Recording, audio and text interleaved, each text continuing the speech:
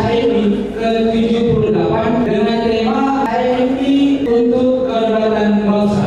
Pada usia yang 78 tahun, kami berharap refleksi perjalanan HMI dari 1947 sampai 2025 awal sebagai langkah konkret untuk menunjukkan HMI tetap berkibar dan hijau vitamina tetap diangkat.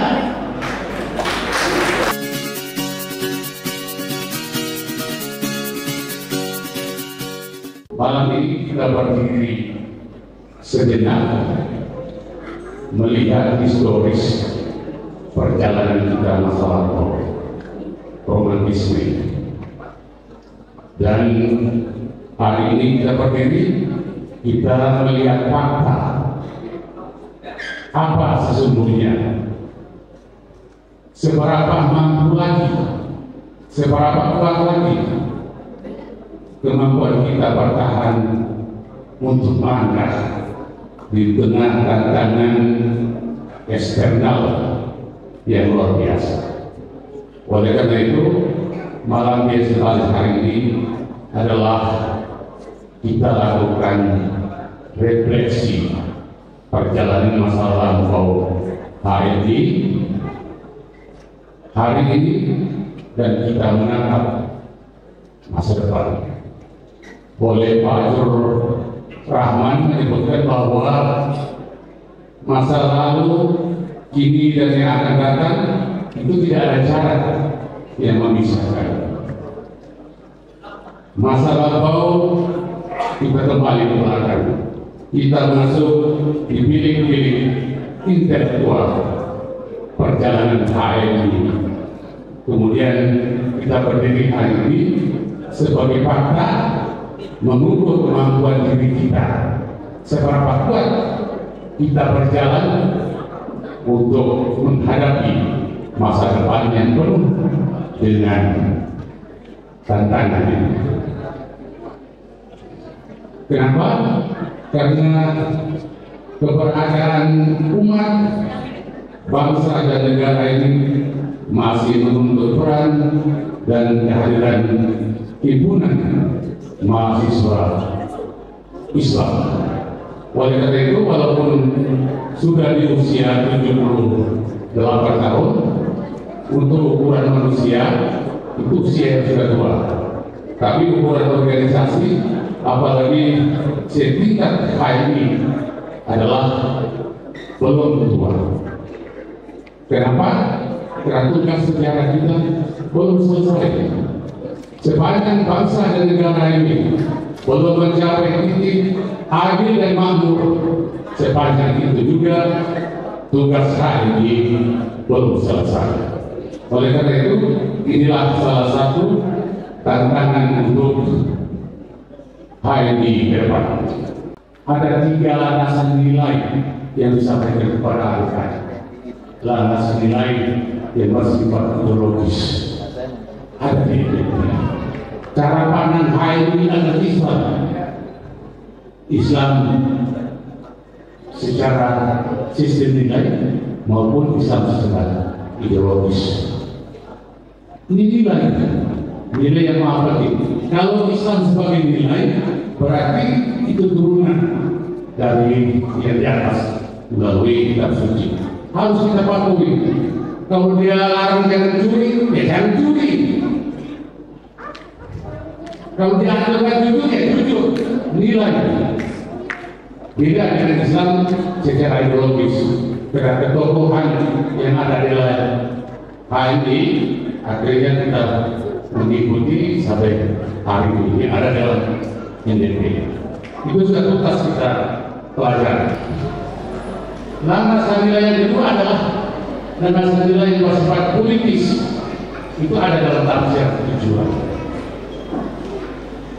Karena HMI ini tidak berada di menara gaji, dirikan memiliki api, realitas sosial, dinamika kebangsaan.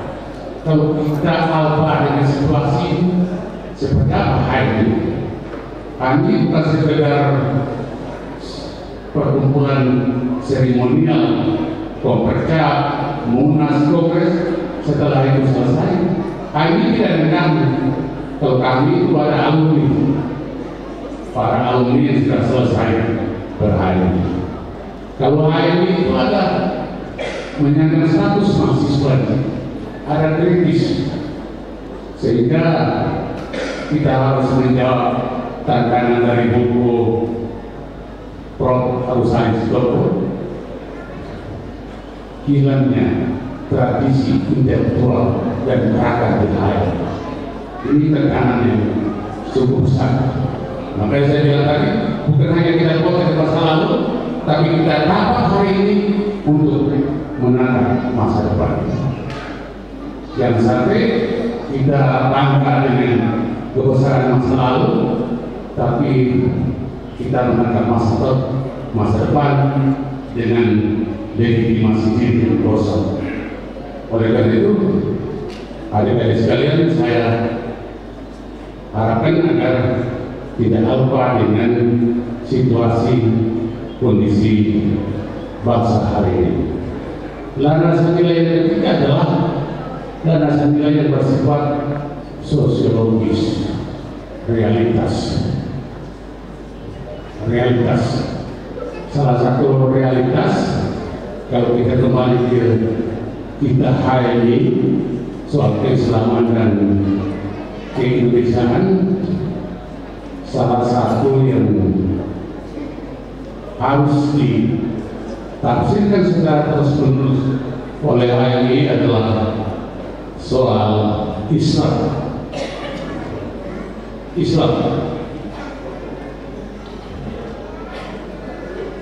Artinya bahwa Islam itu bukan hanya kita pahami dari sisi teks atau normatif subjektif, tapi harus dari teks ke konteks, empiris,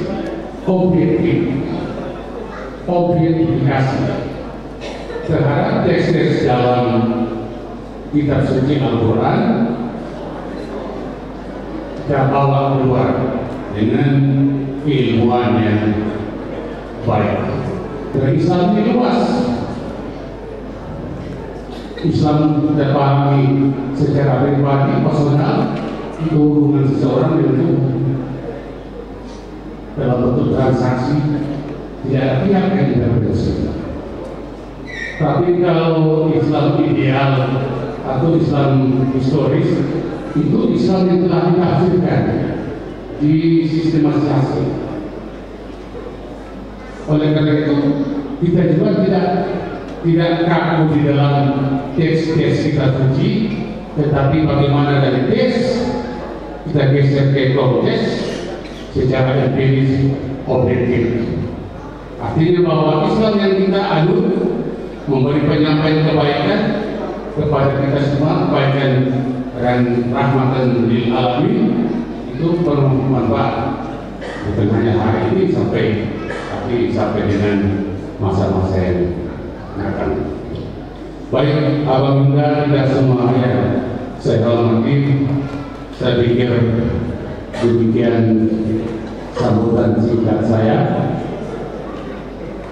Lebih dan kurangnya mohon dimaafkan. Billahi taufiq wal hidayah. Assalamualaikum warahmatullahi wabarakatuh.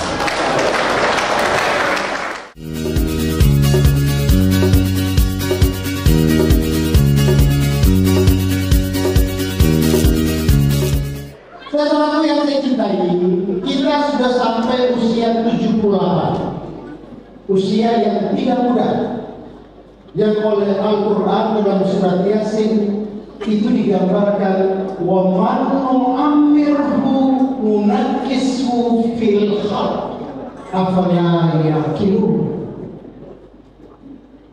Ketahuilah kamu bahwa sesungguhnya semakin bertambah proses kejadianmu, maka semakin berkuranglah fungsi dan keberadaan. Jadi kalau kita semakin tua, kalau manusia bertambah umur, mata semakin rabun, kuping sudah mulai susah dengar, kaki juga tidak sekuat waktu kita muda, pikiran kita juga tidak setajam dulu lagi. Itu dalam konteks manusia. Tapi dalam sebuah organisasi seharusnya semakin bertambah umur, karena ada proses kaderisasi di dalamnya, terus berganti orang dengan dinamika yang terus maju, seharusnya organisasinya semakin maju, adaptif dengan perkembangan zaman yang ada di sekitarnya. Ini berbahaya kalau HMI KHMI yang sudah bertambah usianya dengan zaman yang terus berubah, tapi cara pandang kita, pola pikir kita, pola sikap kita tidak berubah sesuai dengan konteks zaman. Sehingga yang terjadi di organisasi-organisasi kemahasiswaan, pelajar, ormas, yang sering terjadi itu adalah romantisme masa lalu. Romantisme masa lalu yang kuat itu bukti kegagalan kita, gagalnya kita menghadapi masa depan yang sudah kompleks dengan tantangan yang berbeda. Nah, karena itu hanya jangan begitu, kami tidak boleh begitu. Semakin lama usia kita, harusnya kita semakin kritis, kita semakin bijak, kita semakin bermanfaat. Hanya saja sayangnya HMI kita, KHMI kita, menurut saya persoalannya sederhana. Kita punya gagasan besar, kita punya ide besar, tapi kita selalu gagal menerasikan ide dan gagasan kita dalam narasi yang canggih sesuai dengan konteks zaman. Kita bicara MDP, kita bicara NIK, bola balik, LK1 bertambah, LK2 bertambah, LK3 bertambah, tapi tidak pernah merubah cara pandang dan sikap organisasi kita yang adaptif dengan perkembangan zaman. Kenapa? Kita punya ide besar, kita punya gagasan besar, tapi kita gagal menerasikannya sesuai dengan kondisi zamannya. Sehingga disinilah kemudian HMI, KHMI tidak bisa mengaplikasikan gagasan-gagasan besarnya dalam konteks kekinian. Nah, oleh karena itu, saudaraku, saya akan bicara mengajak HMI dan KHMI berpikir lebih adaptif dengan keadaan. Oke, setuju? Setuju. Kalau secara tadi Pak Hasan Stompul, saya kira luar biasa Bang Ahmad Budi menggambarkannya ulang. Saudara yang saya cintai, hari ini isu yang sedang berkembang secara nasional, dia dibicarakan di media sosial, di pemerintahan, dikeluhkan di banyak kantor hari ini adalah bicara soal bagaimana pemangkasan anggaran. Betul tidak? Jangan sampai hari ini kami tidak paham. Sekarang ini semua orang jerit karena Pak Prabowo Subianto sebagai presiden melakukan yang namanya penghematan dengan melakukan pemangkasan anggaran agar kita lebih baik ke depan. Akhirnya di semua kementerian itu dikurangi anggarannya begitu luar biasa. Sehingga beberapa hari ini kenapa setiap hari karena perubahan anggaran pendidikan. Begitu juga di AKDAU, di hampir semua provinsi dan kabupaten kota itu jadi pemotongan. Di NTT ini meningkat karena rata-rata berhambat. APBD kita itu paling hebat 1,2 triliun di semua kabupaten. Lambatnya cuma 800 miliar. Itu kalau dipotong 150 miliar, ditambah biaya baru jadi SMI, uangnya tinggal 600 miliar. Baik dari pegawai sudah atur di mana kabupaten ini bisa jalan dan lain sebagainya. Begitu juga SMI. Kita punya APBD 6 triliun, pemotongan mungkin sekitar 300 triliun, 300 miliar. Nanti bayar bukan SMI kita. Ini pemerintah kita hampir semua maupun kementerian, provinsi, kabupaten itu mengalami suasana baru di mana adanya pemangkasan penghematan oleh Presiden Prabowo Subianto. Kenapa orang bertanya? Ini kenapa Pak Prabowo begini? Melakukan keputusan kebijakan yang tidak populis. Di awal pemerintahannya sudah melakukan penghematan yang luar biasa. Tapi Pak Prabowo memberikan solusi. Bagaimana kita harus waspada pangan, kita harus mempunyai kemandirian pangan, Inilah kemudian kita kolaborasi besar. TNI terlibat, Polri terlibat. Bagaimana kemudian kita bisa berlapangan? Karena penghematan ini akan berlangsung agak lama. Tapi kita orang Indonesia tidak boleh lapar karena kita punya kemandirian pangan dan lain sebagainya. Nah, lalu bagaimana HMI kami melihat ini sebagai tantangan, ancaman, tapi juga rasa sebagai peluang, opportunity. Memasukkan HMI sebagai bagian penting untuk ikut terlibat menyelesaikan persoalan bangsa. Kalau besar, mari kita urus HMI saja. Kemarin kita dorong kiri kanan, Pak Menteri Pertanian turun ke depan. Yang kemarin sebelumnya NTT tidak masuk dalam kawasan masuk lapangan, sekarang sudah masuk. Karena kita lagi untuk komisi apa? Nah, insya Allah, saudaraku, saya sudah ketemu dengan banyak bupati, gubernur yang mau dilantik, bisa dengan keadaan ini. Sehingga insya Allah, sebagai wakil ketua komisi 4, saya akan mendorong aspirasi saya untuk memperkuat program ketahanan pangan Presiden Prabowo Subianto di Jawa Timur. Misalnya, Pak Luar, tahap pertama saya akan bantu 10.000 hektar benih jagung. 10.000 benih jagung. 20.000 hektar benih padi. Sekarang kita sedang di mana? Inilah kemudian saya minta saudara Komandi yang mantan ketua main sepak bola setiap hari mondar mandir ketemu Bang Anwar, ketemu balik itu, karena saya tahu di anaknya ini pasti bisa dia main-main. Ya insya Allah itu dulu kegiatan suasana tangan ini. Coba saya lihat medsos main terus. Tapi bagus, saya senang karena ini mau terlibat ini dengan gerakan petani milenial dan sebagainya. Mungkin kalau dilihat sekilas ini remeh, masa bagi ketua komisi 4 cuma ada 10.000 hektar jagung, benih jagung, 20.000 hektar benih padi. Ini kita sudah main terus. Karena minta pangannya itu ketua umum PAN, saya kenali biar tahu. Itu sudah menaikkan hampir harga pembelian pemerintah. Kalau dulu gabah kering panen, pasar panen, itu cuma 6.000, dinaikin menjadi 6.500. Dulu jagung cuma 5.000 per kilo, dinaikin menjadi 5.500 per kilo. Nanti para petani mesti bertanya, karena saya mau beli. Kita sudah dorong agar Bulog akan membeli semua hasil yang ditanam oleh rakyat dengan harga yang sesuai. Saya kira itu apa yang saya cintai. Saya ingin sekali HMI ke depan diskusinya jauh lebih realistis. Udah, jangan ngomong yang tidak masuk akal, tidak masuk akal. Begitu banyak persoalan kita, kalau kita bisa kolaborasi, pemikiran yang lain, kita bersama-sama menjaga persoalan yang kita cintai, yang sampai hari ini masih masuk kategori 3 provinsi termiskin di Indonesia, 3 provinsi dengan pendidikan yang paling buruk di Indonesia, 3 provinsi dengan kesehatan yang paling buruk di Indonesia. Kenapa? Semua jalan sendiri-sendiri. Alhamdulillah kemarin saya ketemu Pak Medi Arena, bro, habis dilantik kumpul semua bupati anggota DPR, kita duduk bersama, kita berjuang bersama untuk membangun NTT kita ini tanpa lagi melihat bendera ini, benderanya biru, hijau, kuning, itu cukup lagu bangun ada 5 yang ada. Nah, oleh karena pekerjaan kita ini, mungkin ini yang bisa disampaikan. Nanti kalau dibutuhkan, iya Pak Komar, saya akan menggambarkan kepada saudaraku bagaimana keadaan yang sebenarnya. Saya duka sekolah pertanian,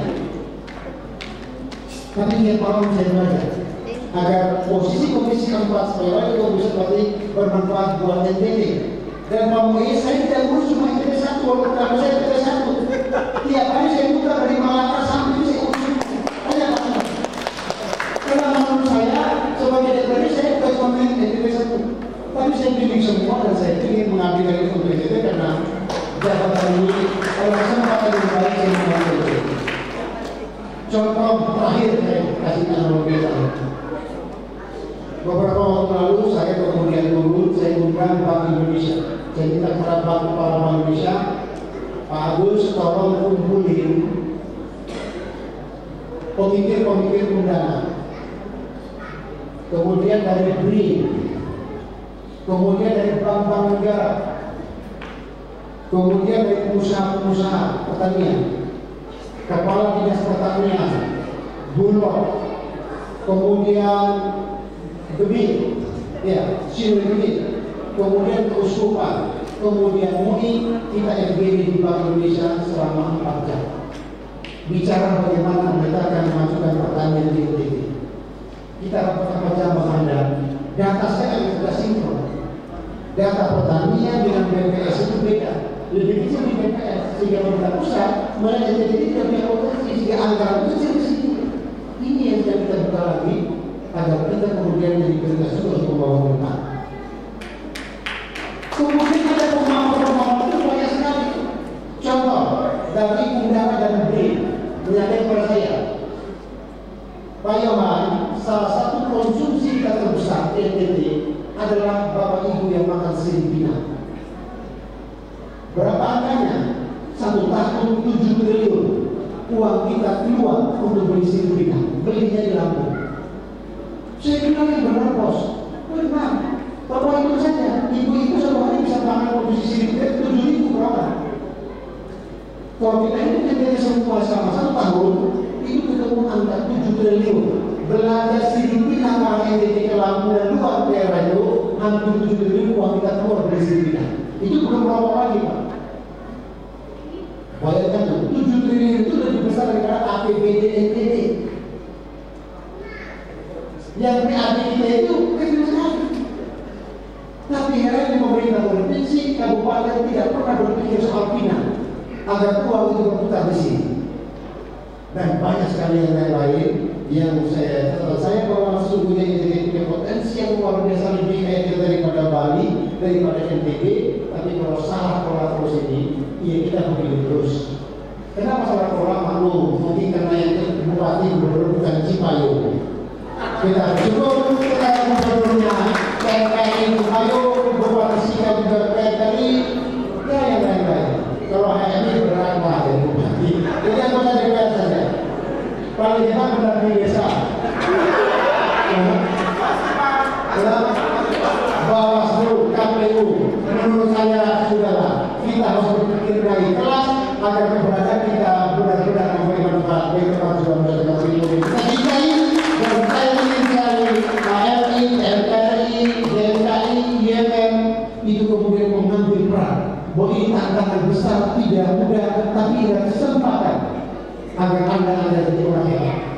Karena dulu saya baca bukunya Syafi'i Ma'arif, dia mengatakan bahwa tantangan itu bukan ancaman, tapi tantangan, kesulitan adalah kesempatan bagi kita untuk menunjukkan kebermaknaan eksistensi kita di hadapan Tuhan dan sejarah manusia.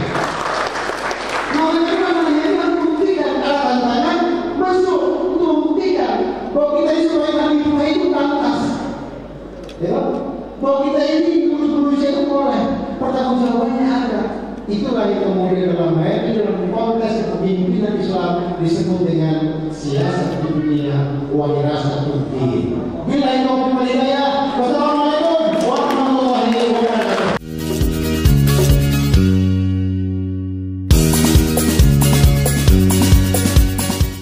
Saya bangga dengan kader-kader HMI yang sudah menjadi tokoh nasional. Namun saya berpikir itu bukan hanya sekedar bangga. Kenapa saya katakan demikian? Kalau hanya sekedar bangga, maka kita tidak akan menjadi apa-apa. Tetapi tantangan dari saya yaitu bagaimana menjadi tanggung jawab dan bisa melanjutkan program-program atau ide-ide yang diberikan oleh abang-abang tadi.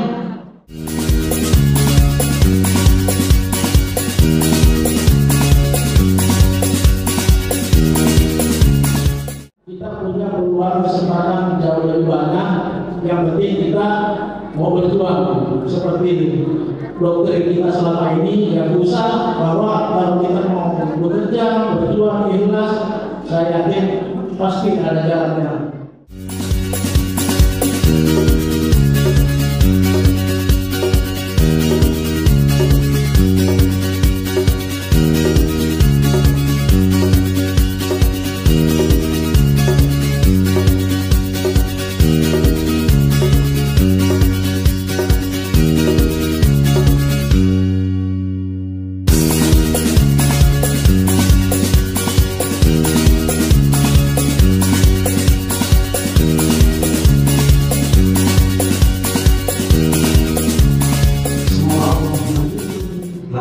Perjalanan HMI ke depan jauh lebih baik dan lebih kuat lagi serta lebih bermanfaat lagi bagi bangsa dan negara.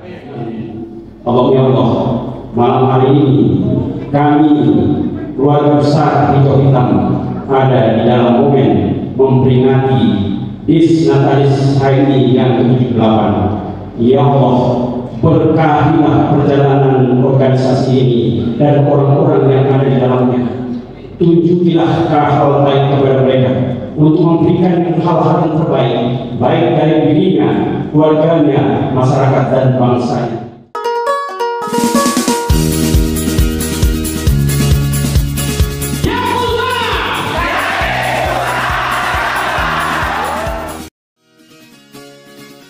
Selamat Milad HMI ke-78. Harapan semoga HMI tetap jaya dan bermanfaat untuk umat dan bangsa. Saya Abdul Muiz, mantan Ketua Bidang PTKP HMI Cabang Kupang periode 1994, 1995, 95, 96, 97, 98. Mengucapkan selamat milad HMI ke-78.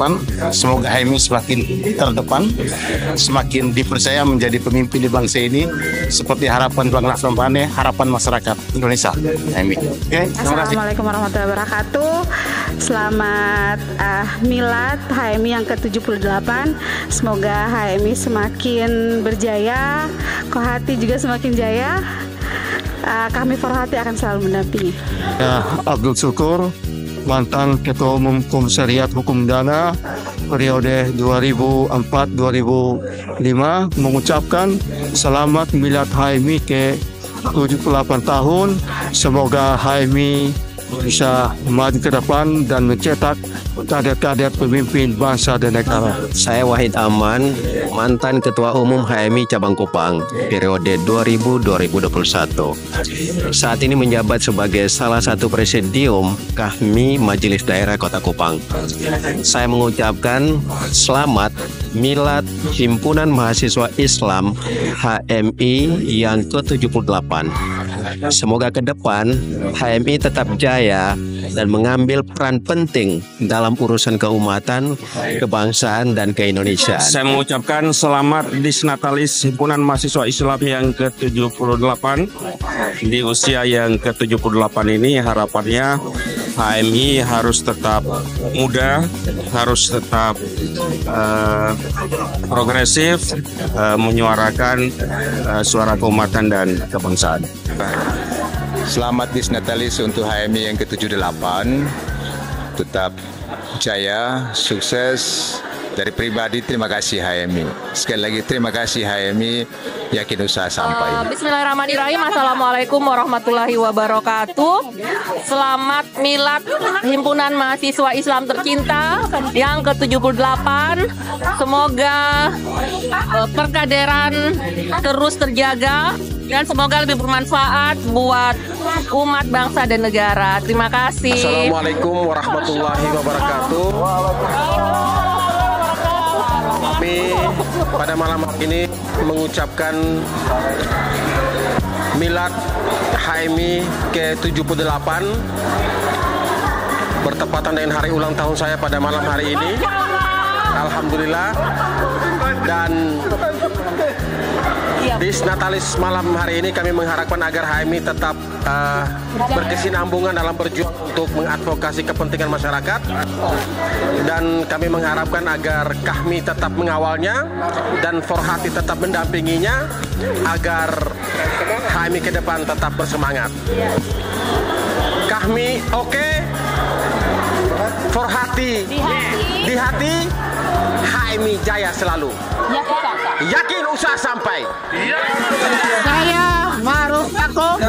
Saya Umi Jamil. Kami berdua mengucapkan selamat Natalis HMI ke-78.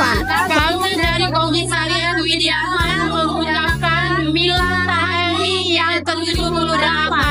Saya yakin usaha sampai. Kami Komisariat Hipma Undana mengucapkan Milad HMI yang ke-78.